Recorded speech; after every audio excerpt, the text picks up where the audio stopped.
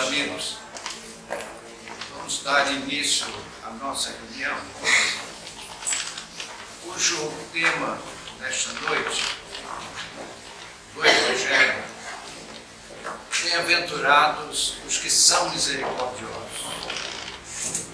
Esse tema está contido nos capítulos do Evangelho de Mateus, capítulos 5, 6, 7 e 8, e no capítulo 8 do Evangelho de João.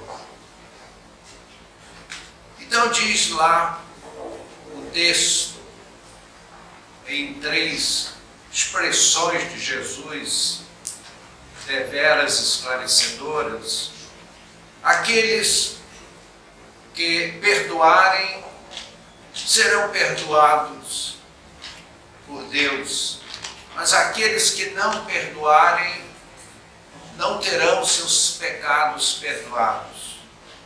Naturalmente que usava o Cristo as formações verbais da época, que interpretadas literalmente nos trazem às vezes alguns desconfortos.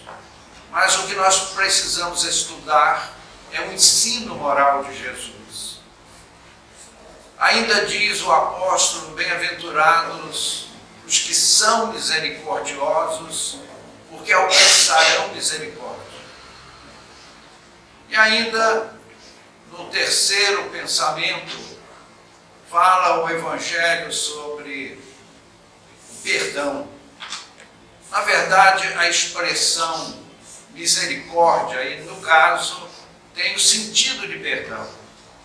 Então nos fala o apóstolo sobre perdoarmos uma quantidade infinita de vezes. Esse tema sobre misericórdia, sobre perdão, existem várias formas de perdoar. Os espíritos mais elevados, que são branduras, que são misericordiosos, eles nos falam de um perdão caridoso, respeitoso, amigo. Aquele perdão que não choca, que não provoca reações negativas e adversas. É aquele perdão que é profundo, é sincero, é aquele que perdoa e que se sente satisfeito, feliz, quando o ofensor que está sendo perdoado adquire certas conquistas, até mesmo materiais, até mesmo humanas. Porque, meus amigos, o Evangelho é muito sutil nas suas lições. Às vezes a gente diz assim: eu perdoo, mas não quero ver nunca mais a cara desse sujeito. E às vezes, se essa pessoa consegue alguma benesse na vida, nós ficamos constrangidos, magoados mesmo. Então, não perdoe. Há quem diga assim: eu jamais perdoarei fulano de tal. Se nós pensamos assim, emitimos esse pensamento, como é que nós vamos nas nossas falências? Ou será que existe alguém que não tenha falência? Meus amigos, nós erramos todos os dias. Pecamos contra a cortesia, desatenção, esquecemos o aniversário de um ente querido, para falar só dos pecadinhos pequenos, sem falar daqueles maiores, que às vezes nos trazem um constrangimento significativo. Então, pedir perdão a Deus, como pedir perdão a Deus se nós dizemos não perdoamos? Então, o perdão tem aquele perdão que humilha, que desconforta, que magoa aquela pessoa perdoada, como existe aquele perdão de grande benéfica, de grande bondade. Meus amigos, esse é o Evangelho de Jesus. É isto que Jesus espera de nós. Que nós aprendamos no Evangelho a nossa educação espiritual. Mas existe um ponto que eles passa muito despercebido na nossa vida. Os espíritos, amigos, evoluem em grupos. Quem é que já não viu assim um filme no fundo do mar, um cardume de sardinhas? São tantas que eu não saberia contar. Creio que milhões, pelo menos milhares, centenas de milhares, aquele cardume imenso. Isso é para nós uma lição. A natureza nos dá lições todos os dias, magistrais lições. Os espíritos evoluindo. Então, meus amigos, nós somos chamados a conviver, especialmente na parentela humana e no círculo de amizades, com aqueles espíritos com os quais nós estamos comprometidos de um passado remotíssimo. Vocês já viram os pássaros voando no céu? Vai um que é o piloto, e uma coisa assim, parece um V muito grande, né? Um vai na frente, aquela sequência, ali numa simetria perfeita. Bons pilotos aqueles pássaros. Eles formam uma família. Já viram os leões nas savanas africanas? Um grupo de leões. Ali o pai, as fêmeas e os filhotes formam um grupo. Então assim somos todos nós. Os filhos de Deus foram criados pelo Pai, propensos, inclinados, suscetíveis à fraternidade, à interação. E aí é uma lei natural, divina. Então, meus amigos, esse aspecto precisa ser muito bem ponderado quando as pessoas nos magoam. Primeiramente, pelos ensinos do Evangelho, nós precisamos começar a reconsiderar no nosso eu a suscetibilidade. Há pessoas que, puxa, por uns pinguinhos d'água assim, fica num estado de ressentimento desnecessário. E a pessoa até adoece com isso. Não vamos enveredar por esse caminho das psicopatologias, mas nós destruímos a nossa saúde com os nossos pensamentos desequilibrados. Então, amigos, eu gostaria de chamar a atenção de todos nós, nossa atenção também, a nossa prezada atenção, para um aspecto das nossas suscetibilidades, da nossa falta de perdão, extremamente importante. A gente observa, e nós que estamos a braços ostensivamente com a mediunidade, a gente observa as amizades, os acompanhamentos espirituais que todos nós possuímos na nossa vida. Impressionante quantos e quantos espíritos, por isso nos referimos aos cardumes das sardinhas. Meu Deus do céu! E a gente nota uma coisa, que alguns poucos desses espíritos, desses grupos, eles são espíritos um pouco mais amadurecidos, simpáticos, guardam até uma certa discreta luminosidade. Se vocês querem já treinar uma experiência importante, nós podemos, pela força da nossa vontade, reduzir essa expressão de luminosidade, e é o que fazem esses espíritos mentores espirituais para não nos chocarem na nossa pequenez. Mas a grande maioria a multidão é de espíritos de baixo nível. Então, amigos, e o dizemos respeitosamente, nós estamos estudando o assunto, não criticando o nosso semelhante. Então, quando nós prejudicamos alguém, e às vezes a pessoa nem reclama, mas guarda o ressentimento. É um conceito que diz o seguinte: o animal morto, morto veneno. Vejam só, esses espíritos, esses irmãos nossos de caminho, vão deixando a terra. Gozado, eu pensei que não acontecia isso. Não. Então aquelas pessoas que nós ferimos, magoamos, prejudicamos, e que às vezes não expressaram o seu ressentimento, eles deixam a terra, e às vezes profundamente magoados conosco. E o que acontece daí? Se ele é um espírito de má índole, ele vai se associar a espíritos primitivos e às vezes vingativos e passam a nos perseguir. Caiba Schutter usa uma expressão, ouviu usar essa expressão.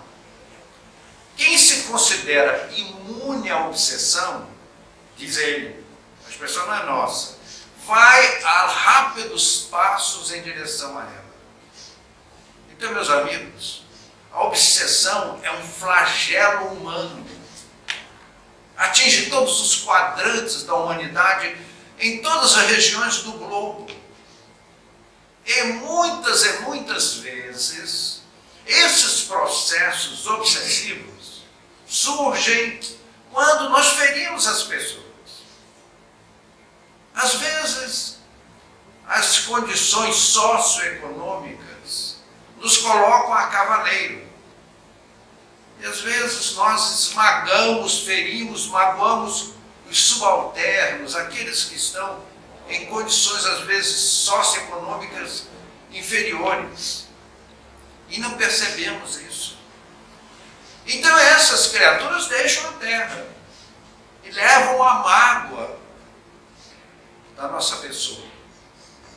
E em chegando à pátria espiritual, o mais comum, quando nós buscamos um encaminhamento espiritual, como é o caso dos companheiros aqui presentes, aqui esse trabalho nos faz uma associação com seres espirituais esclarecidos e as leis divinas, que Jesus foi o porta-voz contundente, inquestionável.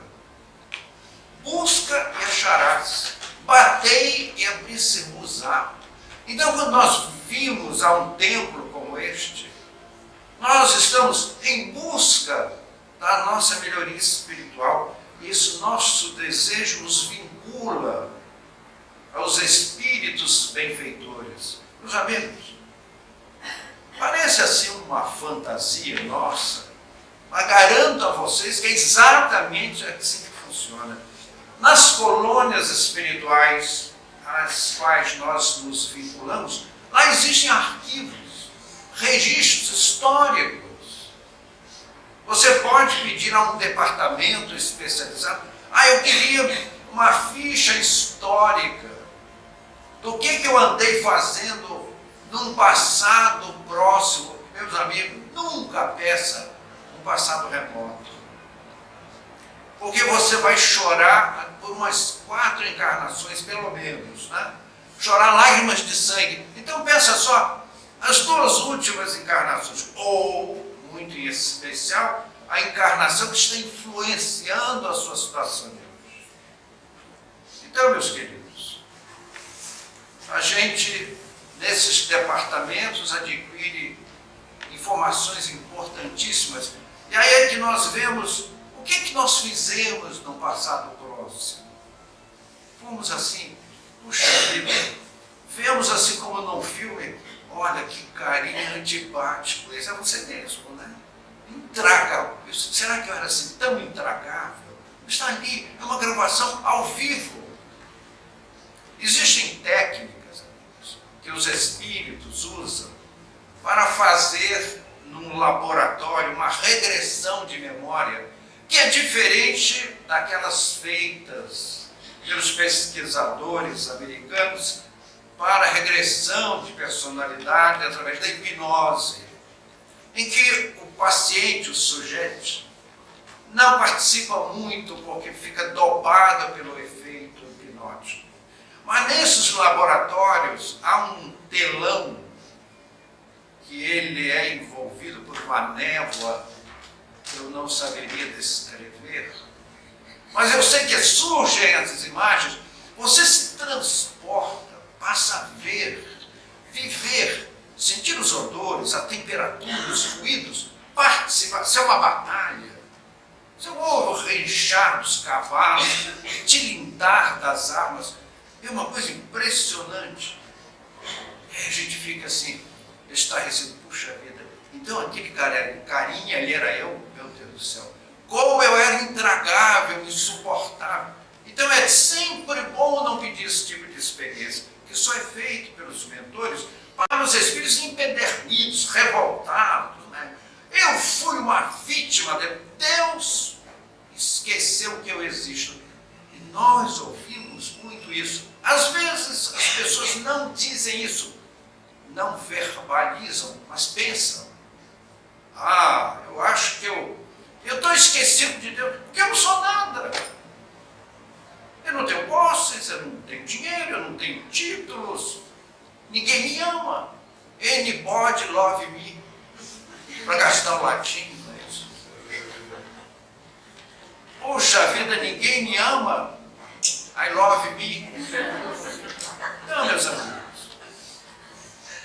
Deus é um Pai infinito, de grande e infinito amor. Não estamos esquecidos. Então, quando nós procedemos assim, nós vamos fazendo ou estimulando antipatias espirituais. Meus amigos, simpatias e antipatias espirituais é como cartão de crédito, é como deve e haver. Vamos começar um pouco a esquecer os nossos débitos espirituais e trabalhar por créditos. Podemos fazer isso, custa nada. Eu conheci uma senhora bem idosa que para sair de uma poltrona, ela saía assim de rastro, as suas juntas gastas. Ela já se movimentava muito mal. Então ela mandava um filho comprar um jornal e via que uma pessoa cometeu um crime. O que ela fazia? Recortava aquilo e ficava orando por aquela pessoa. Puxa vida, é isso aí. A caridade da oração pelo próximo não custa nada. Às vezes a gente pensa que pode fazer o bem através de longas doações financeiras. Meus amigos, dar valores pecuniários ou materiais, me desculpem, considero isso filantropia, não caridade. Porque caridade é aquilo que se dá de si mesmo. Quando eu me dou ao meu próximo, isso eu fiz caridade. Mas é uma moeda, uma roupa velha, aquela roupa está lá enchendo o seu guarda-roupa, saiu uma moda nova, o shopping está cheio de modelos novos, você abre o seu guarda-roupa, puxa vida, está tudo velhinho, tudo superado, tudo antiquado, eu queria alguém para eu dar isso, aí eu faço uma caridade. Não, faz uma filantropia. Caridade é quando nós perdoamos, quando nós desculpamos, quando nós esquecemos, quando nós amamos, quando nós cumprimentamos. Isso é caridade. Quando compreendemos o nosso semelhante, quando oramos pelas pessoas que sofrem, isto é caridade. Então, meus amigos, há chusmas de espíritos que não nos veem com a menor simpatia. Então, este aspecto, este chamamento de Jesus, para que nós perdoemos aos nossos ofensores, diz o Mestre com uma sabedoria cósmica, estelar. Reconcilia-te com o teu inimigo enquanto vais a caminho com ele. Para que lá na frente ele não te entregue a autoridade de justiça. e serás atado e lançado às trevas exteriores, ali haverá choro e ranger de dentes, e dali só saireis quando pagar o último centil. Então Jesus foi oportuníssimo. Quitemo-nos com os nossos adversários e façamos deles amigos para as próximas encarnações, porque é comum nós vermos os desafetos do ontem, hoje dividindo o leito. A gente olha assim, vocês já viram como os irmãos brigam quando são pequenos? Infelizmente, às vezes ficando grandes também, né? Os irmãos pequenos, meu pai do céu, é só trocando bofetão. Por que razão? Porque nós habitamos a terra dos nossos inimigos. Nós somos chamados à vida familiar entre os espíritos que prejudicamos e pelos quais fomos prejudicados no passado próximo ou remoto, e a oportunidade do ajuste de contas. Esse capítulo do Evangelho, bem-aventurados que são misericordiosos, Jesus aproveita a deixa para, mais uma vez, mostrar a inutilidade do culto externo. Naquela época, os judeus tinham por hábito levar alguma coisa ao templo e fazer uma oferenda no altar. Que foi que Jesus comentou sobre isso? Ele aproveitou o costume da época para passar à posteridade de maneira imortal o extraordinário ensinamento sobre o culto externo. Então diz ele, o mestre, que quando nós formos fazer a nossa oferenda no altar, e nos perguntarmos a nós mesmos, será que tem alguém com quem eu tenho uma diferença, uma querela, um ressentimento, uma mágoa, uma dívida? Então coloca a tua oferenda ao lado do templo e vai buscar o teu desafeto, reconcilia-te com ele, faz dele um amigo, depois volta e faz a tua oferenda em paz. Meus amigos, aí os homens constroem a catedral da oferenda, o culto do altar, do sacrifício. Quando não foi isso? Jesus já nos dando uma lição. Qual a lição? Do culto externo. Que o importante na religião, no templo, no altar, é a formação dos nossos espíritos, a nossa educação espiritual. Porque essa é a missão do Evangelho. O Evangelho não veio para ser aplaudido, para ser festejado, para ser cultuado. O Evangelho é uma lição para a nossa educação espiritual. Se nós queremos trazer para mais perto a nossa grandeza espiritual do futuro. Nós olhamos o nosso mundo. Atualmente nós vivemos uma época muito difícil. Você não pode mais sair à rua. Uma mulher dirigindo sozinha um carro novo na rua é um prato feito para a criminalidade. Os nossos jovens estão desprotegidos, desinformados, despreparados, são alvo dos traficantes. E nós olhamos o mundo com muitas lágrimas, muita tristeza, e aí vamos fazer cultos do Evangelho. Nós temos que colocar as lições de Jesus no nosso coração para transferirmos, às vezes sem palavras. Meus queridos amigos, a nossa mente agita o fluido universal, criando produtos que a nossa mente não pode conceber. E esses produtos possuem uma influência extraordinária. Quando nós oramos no nosso lar, nós estamos magnetizando o nosso lar. O ar que nós respiramos E passamos mensagens aos nossos entes amados, sem dizer uma palavra, com o nosso comportamento, com os nossos pensamentos, com o estudo do Evangelho, com a meditação das lições de Jesus. E os bons espíritos que estão aqui sobre este templo, estão em toda parte, como o ar. O Espírito sopra onde quer, nos nossos lares também. Então, quando nós pegamos o Evangelho, meus amigos, é tão cativante. Às vezes nós pensamos que a nossa mãe, o nosso pai, o nosso filho, o nosso ente querido, está lá na quarta parada, ou no Getsemane, ou no cemitério do Morumbi. Não, meus amigos. Quando nós começamos a ler e a meditar no Evangelho, eles se achegam sutilmente para orar conosco, para ouvir a nossa leitura. São cenas espirituais cativantes. Meus amigos, esta é a realidade do nosso espírito, da nossa vida espiritual. Cultuemos os nossos entes queridos que demandaram a pátria espiritual com uma visão puramente de espiritualidade. Eles se sentem felicíssimos com as nossas leituras elevadas.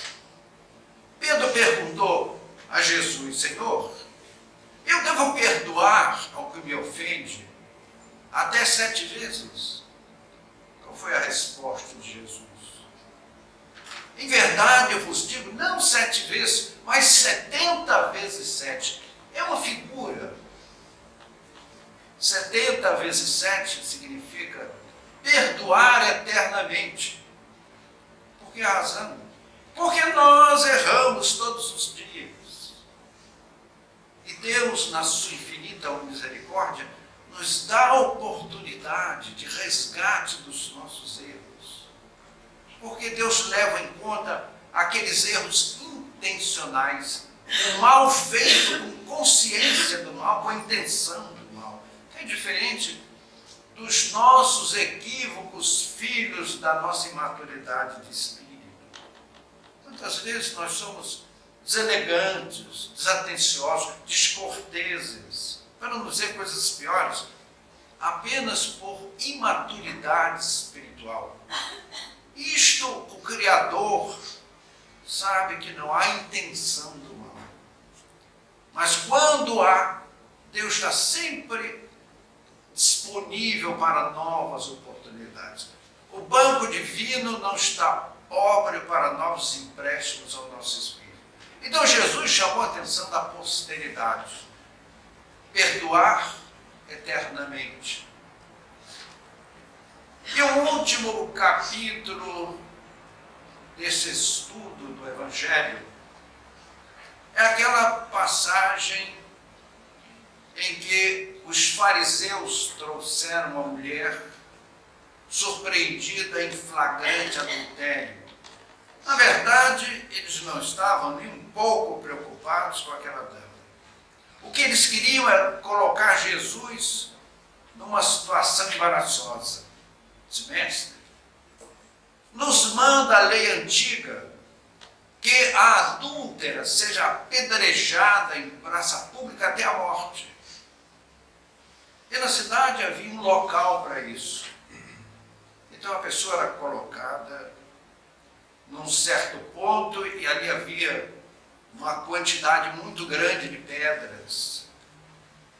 O primeiro mártir do cristianismo foi Estevão. Estevão passou por essa experiência. Uma alma notável como Estevão.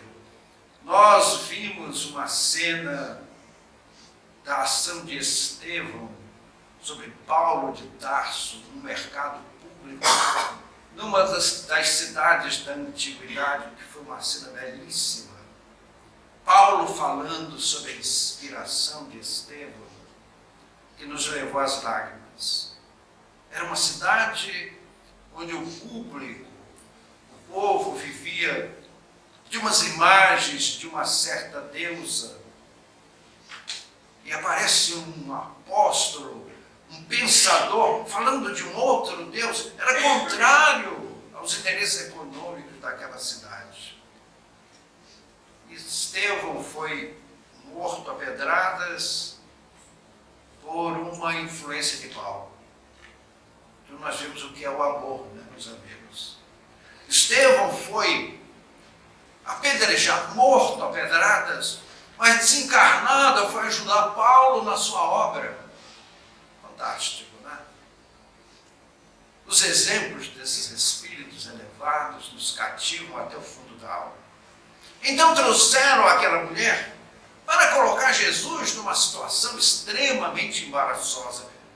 Então, Senhor, o que é que tu dizes, mestre? A lei mosaica mandava apedrejar.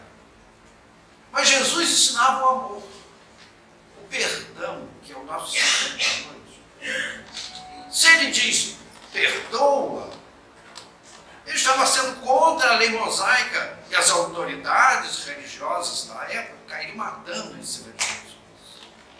Mas se ele diz, apedreja, ele estava rasgando os seus ensinamentos de alto a baixo. É aquela história de deixar o indivíduo sem saída.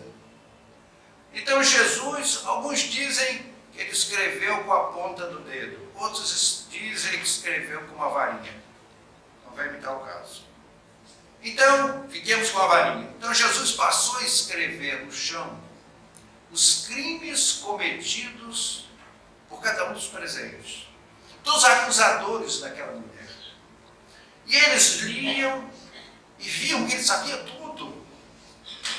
E a começar pelos mais velhos, foram se retirando. Por que os mais velhos? Porque sendo mais velhos, haviam errado mais.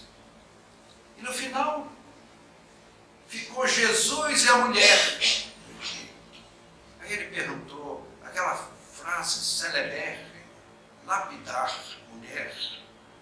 Onde estão os que te condenam? Ela que estava errada, sabia que estava errada, consciente do seu erro, fez aquela carinha assim, muito tristonha. E Jesus deixou uma lição para a posteridade, meus amigos. Mas nós nos lembrarmos disso todos os dias. Mulher, eu também não te condeno, mas vai e não voltes a pecar. Então, como aparecem religiosos que nos falam de um inferno eterno, que Deus joga seus filhos para eles sofrerem eternamente. Vejam, que contradição com os pensamentos de Jesus. Eu também não te condeno, mas vai, mulher, e não voltes a pecar. Então este é o conselho de Jesus para o nosso espírito. Se nós cometemos erros, quantas pessoas arrastam a existência entristecidos por erros cometidos pequenos, grandes ou graves. Todos nós cometemos erros no passado, na nossa vida. Nós precisamos aprender a nos perdoar. Quem primeiro precisa perdoar somos nós a nós mesmos, nos desculparmos, porque nós somos espíritos imperfeitos. Nós somos seres a caminho da perfeição, mas não chegamos lá ainda. Então Jesus deixou uma lição lapidar para as nossas almas. Eu também não te condeno, mas vai, não voltes a pecar. Meus amigos, erramos, peçamos perdão a Deus. Sejamos generosos, misericordiosos, como é o ponto da noite, para com os erros do nosso semelhante. Perdoemos, para que o Cristo nos perdoe também. Que Ele nessa noite nos fortaleça, nos ampare. Porque Jesus, meus amigos, não está lá num céu de ouro, servido pelos anjos. Isso são as tolices das tradições religiosas. Jesus está ao lado de cada um de nós, a nos inspirar, nos amparar, nos estimular. Ele é o dileto amigo, que nos ama porque nos conhece. Sabe das nossas imperfeições enormes, mesmo assim nos ama, nos ampara, nos fortalece todos os dias da nossa vida. Nos cabe a nós agradecermos a este amigo diletíssimo, que construiu esta casa planetária com um poder mental inimaginável para nós, como sabedorias que nós não podemos compreender, para nos dar o oxigênio que respiramos, a luz que ilumina este sol, amigo, atrás do qual navega o planeta Terra, sob o controle dessas inteligências admiráveis que estão muito além do nosso entendimento. Por isso, meu querido Mestre Jesus, nessa noite nós te agradecemos, Senhor, pela aventura que temos. Peço por essa alegria, por essa confiança ao teu coração. Que a paz do Mestre nos envolva, nos guarde e que assim seja.